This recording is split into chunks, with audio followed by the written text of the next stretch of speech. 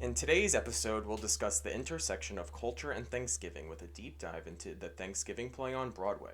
We'll also discuss the renowned sign in Sidney Brustein's window and share our thoughts on the latest album from the Jonas Brothers. So sit back, relax, and let's dive into the world of entertainment. This is Half Hour with Jeff and Richie. Half hour. What's up, everybody? It's Jeff and Richie, your co-host, and we're bringing you our weekly conversation on our top theater and pop topics. And just as a disclaimer to everyone, this episode may feature some spoilers on some of the topics that we will be talking about. But we have a lot to talk about today, so let's get into it, right? And we're starting with the Thanksgiving play. Yes, we're giving you two show discussions today and an album, so lots to get to. We're starting with the Thanksgiving play. It's a satirical comedy by Larissa Fasthorse that premiered off-Broadway in 2018. The play centers around a group of well-intentioned but clueless white educators who attempt to stage a politically correct Thanksgiving play for Native American Heritage Month, and mayhem ensues. This is playing at the Helen Hayes Theater on Broadway, directed by Rachel Chavkin. So, wow, this, I will say this got no love from the Tony Awards. No. It didn't get one Tony nomination for anything. Some people are a little shocked about that. It's also not selling very well. And so I have a lot of thoughts on this. And my overall thoughts, I'll say, I enjoyed it. I had a good time. I laughed a lot more than I thought I was. It was much more of a comedy piece than I thought it was going to be. It made me think. I was really just like, thought-provoked on the whole piece, and just like thinking to myself, wow, it really makes you reflect on the holiday of Thanksgiving in this country. And in general, it was fine. Yeah. It wasn't horrible. I've seen much worse things. It wasn't, maybe this was supposed to be groundbreaking. I don't know if it was for me. And so I was like, okay, I will say this though, something was missing. I don't know what. I don't know if it was more comedy, if it shouldn't have been so funny. Were there more characters that were needed? Something just seemed missing to me. It was almost like I saw a workshop production of it, and now the writer's going to go back and do some more edits before it comes to Broadway. I hate to say that. Okay. It just doesn't seem finished to me. Interesting But I enjoyed it. Yes. And I enjoyed what the message was. So Yeah. I'll leave that. Now, what would you say about it? Okay, I mean, I had a good time watching this as it was supposed to be funny, but at the same time, like you said, thought-provoking in a way, kind of get you thinking about history in this country and how it's been displayed to us and how other people receive history. So it's really interesting in that sense. And there's the big topic in this show about liberalism and political wokeness, and I think that's, the real goal in this is tackling those topics, but I don't know if it necessarily is going to come across like that to people. And I feel like you're going to get some people there that are watching this and are going to, see it as an eye-opening experience, or you're going to get people that are just going to watch it and be like, whatever, I'm going to go back to celebrating Thanksgiving the way that I want to. It was almost like, if you want change to happen on this subject, I kind of feel like the play should have then been treating itself more serious.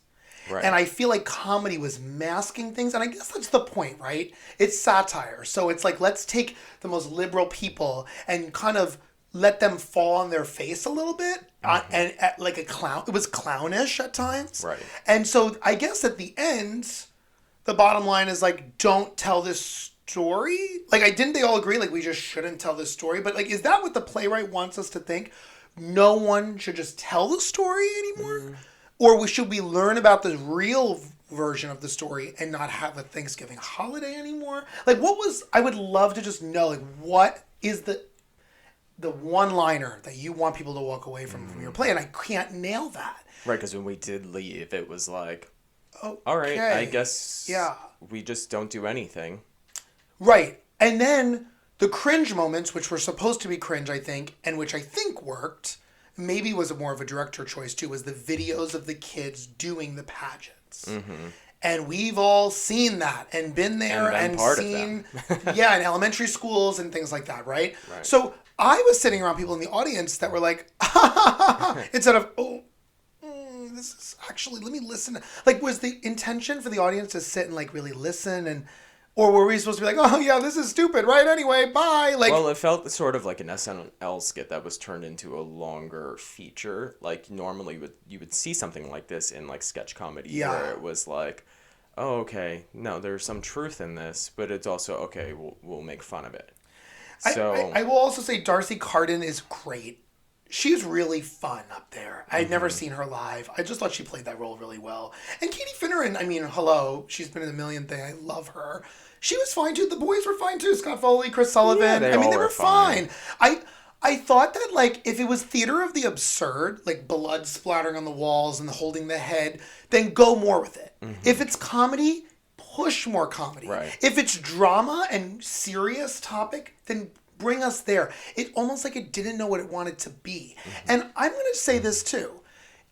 It's a Native American woman playwright. Love that. I really think, like, if I'm a Native American actor or actress, wouldn't I have been like, this could have been your chance to put representation on the stage, literal Native American presence on stage, and have a debate about this. Wouldn't it have kind of made sense to have someone come from the Native American heritage in the town and like explain this to them instead of them have to fall on their face and say, okay, well, I guess we're not going to do it. Bye. Like, I still think that's the point, though. No, I know that that's the point, but I don't think that point really worked for me. But I think that's the point in that take, elementary schools around here that are putting Thanksgiving plays on, probably, and are they inviting someone from the Native American? Right, that's the point, is they're probably not. Right, so some are, but, and so, right, it's like, no, that's but the harsh point of this reality play. Is that they're probably not. And so this play got a grant and instead found an actress who might pass as Native American. I get it. Like, I think there was something that really did work there, and then there was times I was like, I'm like 95% there. I don't really feel like a bow was wrapped onto this present, and that it was ready for Broadway. And maybe that's why it kind of got some mixed reviews and not a lot of award nominations. I don't know. Well, what's kind of interesting too is that this play has been described as a musty for anyone that's interested in race, representation, and cultural appropriation issues. Yeah. But after talking about this for a little bit, do you really think like that's like this play is getting that point across?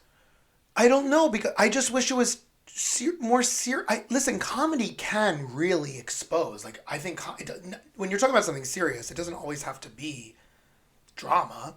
It could be comedy can tell a different way of looking at something. I just wanted to.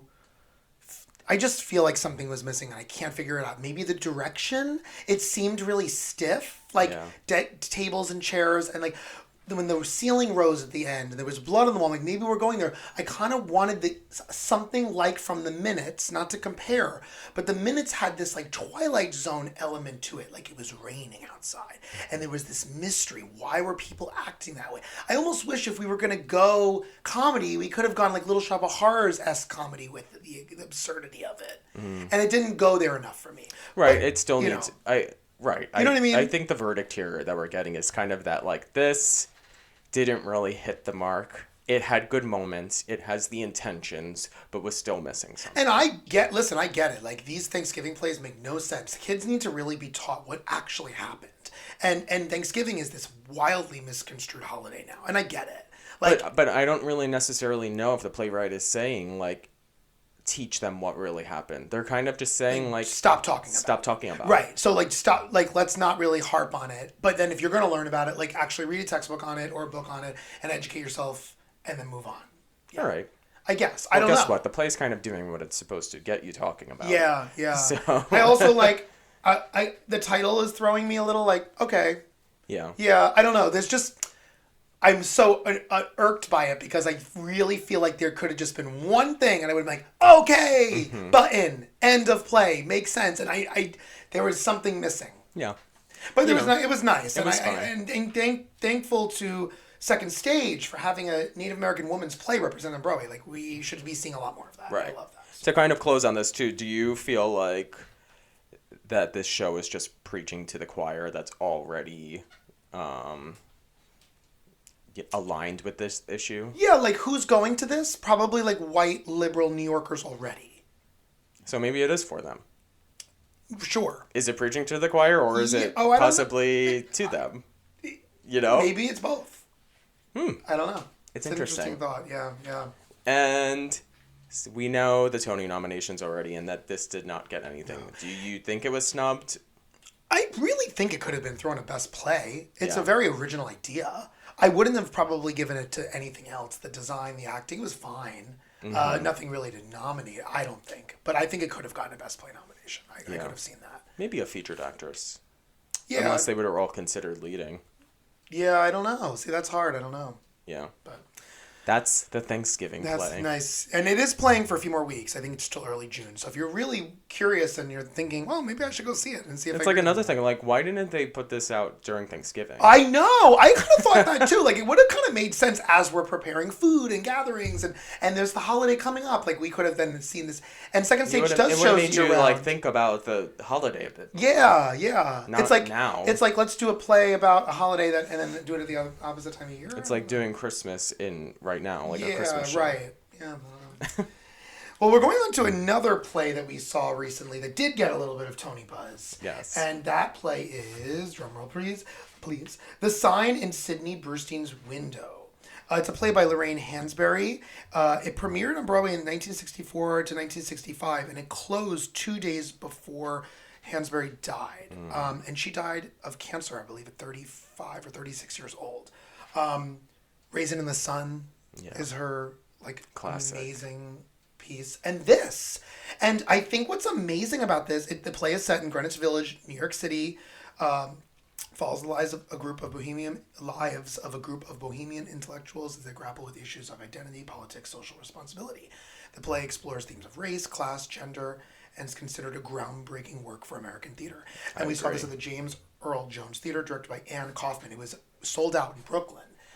This was a really last-minute add to the season. Yeah, because Room was supposed to go there with Adrienne Warren. Yeah. This got 2 Tony nominations, I believe, for Best Revival of a Play. This is, I believe, the second or third revival of this play, so that's come quite a bit.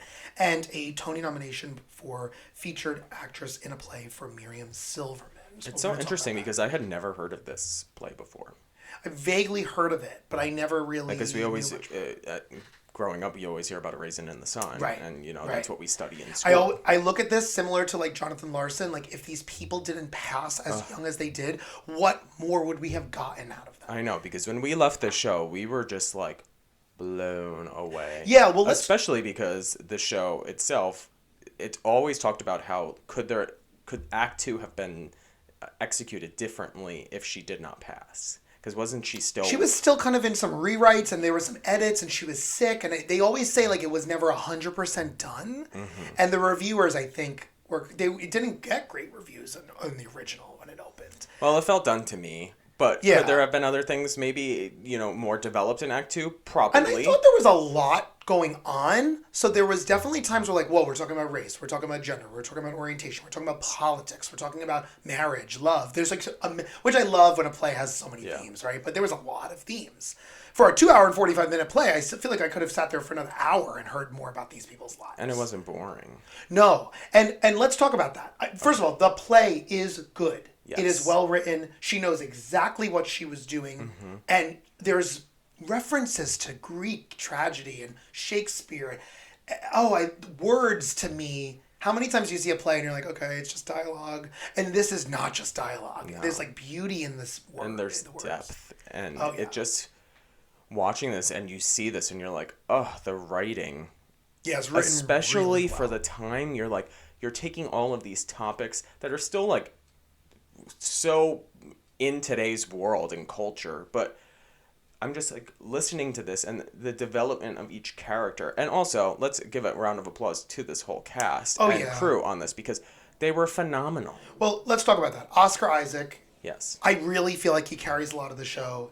Robbed of a Tony nomination, in my opinion. He's very, very good at what he does. Carrying the show on his back at times. Yeah. And especially at that end scene with the sister, and they were doing the drugs and dancing, and, like, the commitment to that. Rachel Brosnahan, great. Yeah. Never saw her before. I've actually never seen Marvelous Miss Maisel, and everyone can't believe that. But I've Except for the first episode. Yeah. She's fine. I don't think there was anything groundbreaking in the role for her to do much with. She was fine. Yeah. For me. Everyone else was great. Miriam Silverman, let's go there. First of all, she got an applause at her entrance because we had seen, I think, one of the first performances since the nominations had come out. And this woman, I always feel so good about a character in a show when I want so much more from them. And when they leave a scene, I'm like, no, come back, please. You're so good at what you're doing. And you're written really well. Yeah. Oh, it's the trifecta of just like live theater with a good, well-written character and a well-performed actress in the role. Oh, it was like everything she did to me was like spellbinding. It was a great character. And she's getting my pick for Tony. I think she's going to win the Tony Award for that. I think so. She's just the one-liners. And she could have totally went over the top with it. She didn't. There was this subdued... I knew who that was. I could probably name... not name directly, but I could see people in the world like, oh my God, there's people like this in the world. Still, today, in 2023. And I'm like, oh my God, you have no chill, lady. But like, also like I loved her scene in Act 2 with him. I just loved that. Well, I just loved it. And that character is so interesting because of the mask that you have to put on for it. And that she's wearing a mask in general of like her values and her politics and, you know, even on her thoughts on race. And then she takes that mask off for like, what, 10 minutes? And you see the real her. And then the mask goes right back on. All of these skeletons that this woman has. Yeah. And like the fact that we're even talking this much about that character. Yeah. It's probably one of the most well-written characters in a play I've ever seen. And then she puts that mask back on and goes back out into the world and leaves. And we don't ever see her again. I think she maybe... When the sister dies at the end, not her, the other sister. Is she in the final scene? I couldn't remember. I think she was. Yes. Yeah, when she comes back the next day. Yeah. I also want to talk a little bit about all these themes, like the marriage, the struggle of love that these two are having. Yeah. There's also, I thought it was really interesting what they were doing with race and orientation. And they had a black man and a gay man. And in the dinner scene, the dinner fell apart because it was interesting to see the black man and the gay man not getting along. And that scene. And almost, I'm paraphrasing, I think there was a line maybe from the gay character, the neighbor who lived upstairs, who said, like, we're the minority, like, we're both in a minority here, like, maybe we should not be, like, it's interesting to see that. You never really see, like, a clash between two groups like that on a stage. And it wasn't, and how the dinner kind of fell apart because I thought that was interesting from a writing perspective. Yeah. Lots going on. The politics of it all. Well, I feel like the biggest message in this that I really took away from this was around that word reform. Which was the sign. And is the sign. Right. But also, what does that word mean to every single person in that show? And it's so different for each person. Like reform or like reinvent themselves or changing politics in the state, but not really. And it always was so interesting to me that they all wanted to change in some sort of a way, but none of them could. Yeah, or they could. It's almost like they all had forks in the road, and they all chose a different path. And it's like no one was forced. Yeah, like well, they didn't really change their paths. That's what I found was so interesting. They're all going, and they come to a certain place where they can make that decision of saying, "Oh, I can do something differently." But then they continue down that same path of not doing something different. Except what we get to the end here is their relationship. We're watching this relationship, and then finally, it wasn't until the sister passed away that they... But isn't that interesting that it took a literal death for them to say, okay, we got to change course here? Because there was who felt what about gender, race, orientation, politics, careers, money. I mean, there was so many different topics here. Yeah, careers for sure, and then marriage, love, and then it let's talk about the sister coming in for what 10 or 15 minutes, maybe a little longer, 15 minutes at the end of the piece. What a role! Yeah. What a performance! I was blown away by her. And Broadway debut. Broadway debut. Yes. It was. I'm going to find her name. Gus Birney, Gloria. Yeah. I Gloria. hope I'm saying that right. Yeah. Really, really stunning. Comes in. I was waiting for her the whole show, too, because she's the only character we didn't meet until Act 2. And I was like, wow, she's coming in here. And she is a prostitute. So, Yeah. basically. Yeah. Which, for a play on Broadway in the 60s, to have these characters like this and to be saying this was probably a kind of groundbreaking thing of the time, I would think. You know?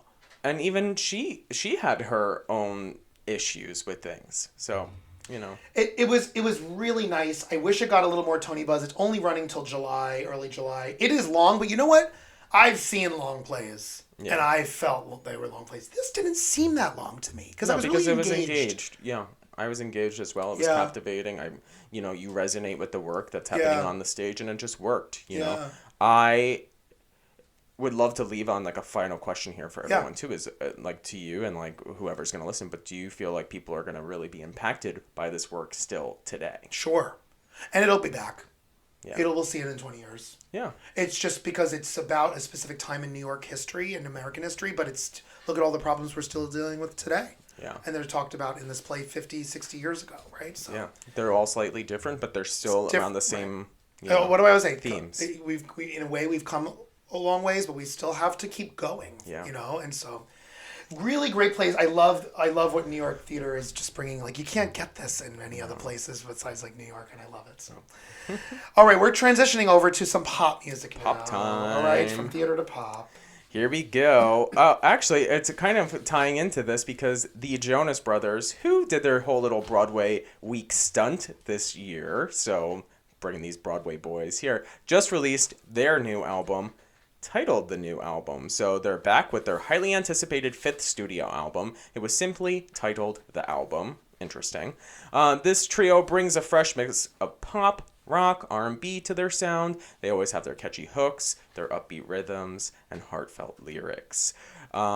I feel like this album showcases the growth and evolution of the Jonas Brothers as artists, and fans and critics are agreeing. So, I listened to it. You listened to this and without me. I said without you, and I said, I'm not telling you my opinion about this till I'm live on the mic on the podcast. So you're all getting, Jeff is going to react right now to what I think about this.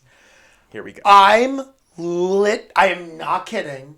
I'm literally obsessed with it. To the point where I listen to it all again. Great. I'm obsessed with it.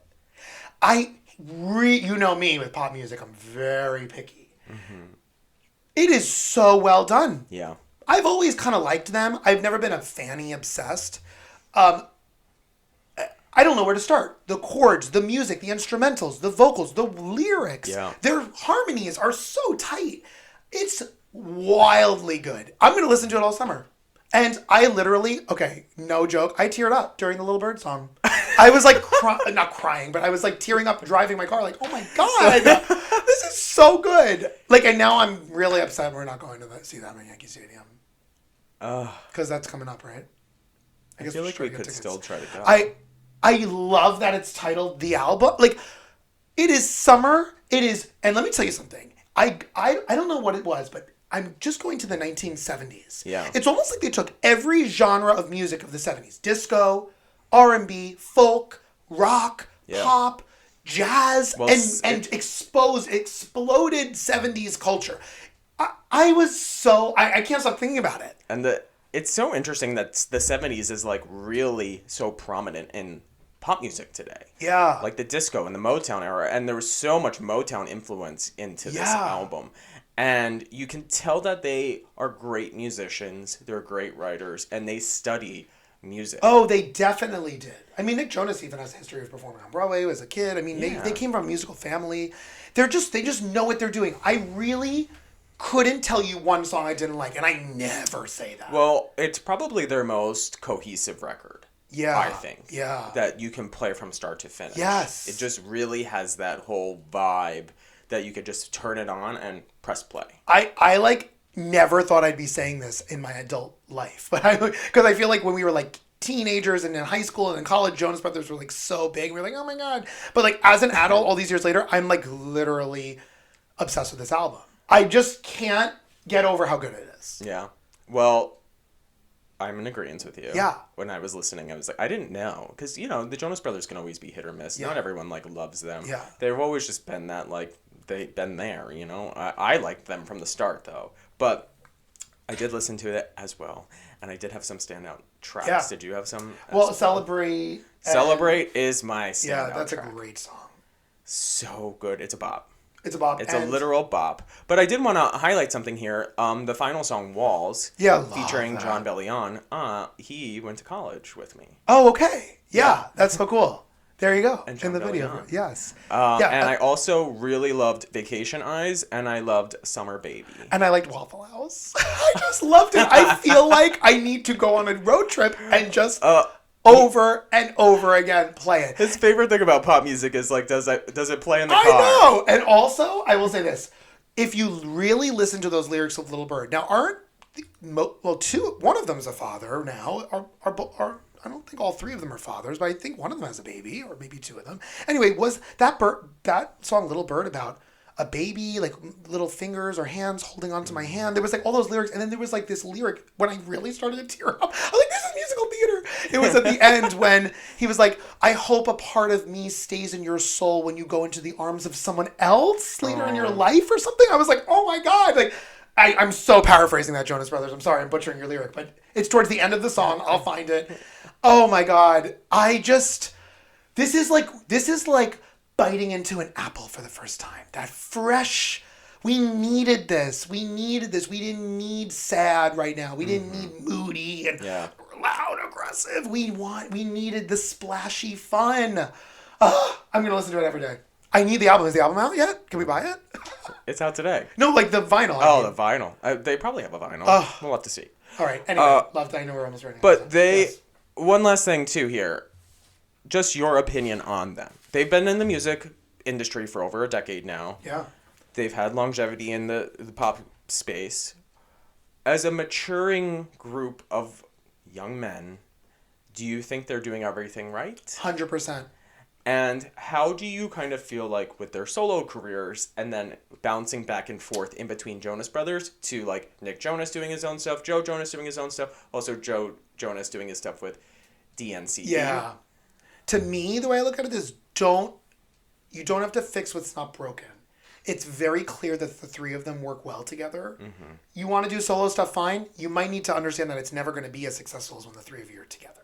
Because you're selling out stadiums together. Success. And you're on Broadway 5 nights in a row when they were there a few months ago together. Yeah. And if it was just Nick Jonas on Broadway, sure, it would have still sold. But like, there's something about them together.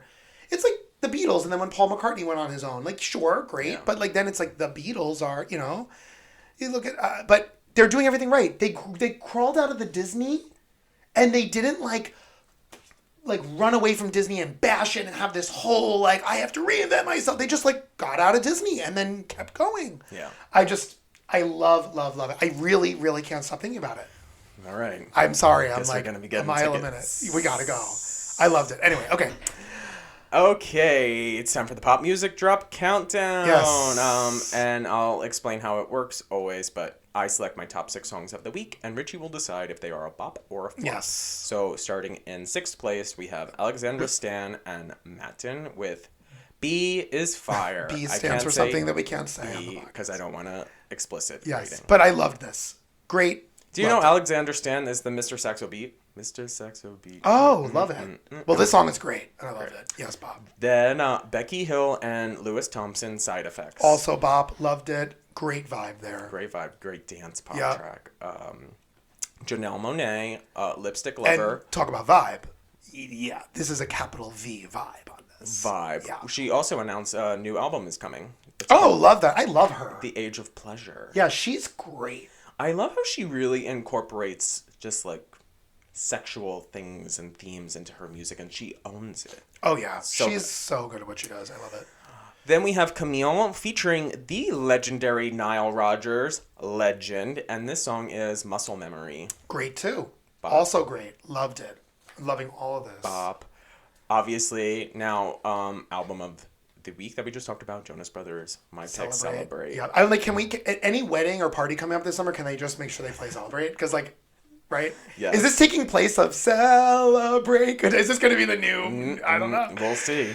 And then last but not least, Allison Goldfrapp, who also released her album today, Gato Gelato. So this was the only one I was still a little bit on the fence about. I like it, but it's a lot. It's like nothing lyrical, so it's just a beat to me. Well, so I'm like, okay, it's like house music-y, I get it, but it didn't really do much for me like the others did. Not classic pop, but Yeah. it is a very well-crafted song. Well, you could tell that it's instrumental. Yes. Yeah. Electronic pop. Yeah. So I liked it, but I just didn't like it as much as the others. So, there we go. Yes.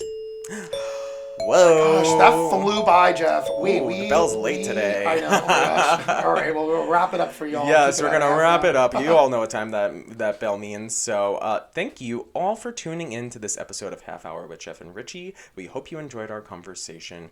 If you found this episode informative and entertaining, please consider subscribing to our podcast and leaving us a review on your favorite platform. Your feedback is important to us, and it helps us create more content for you in the future.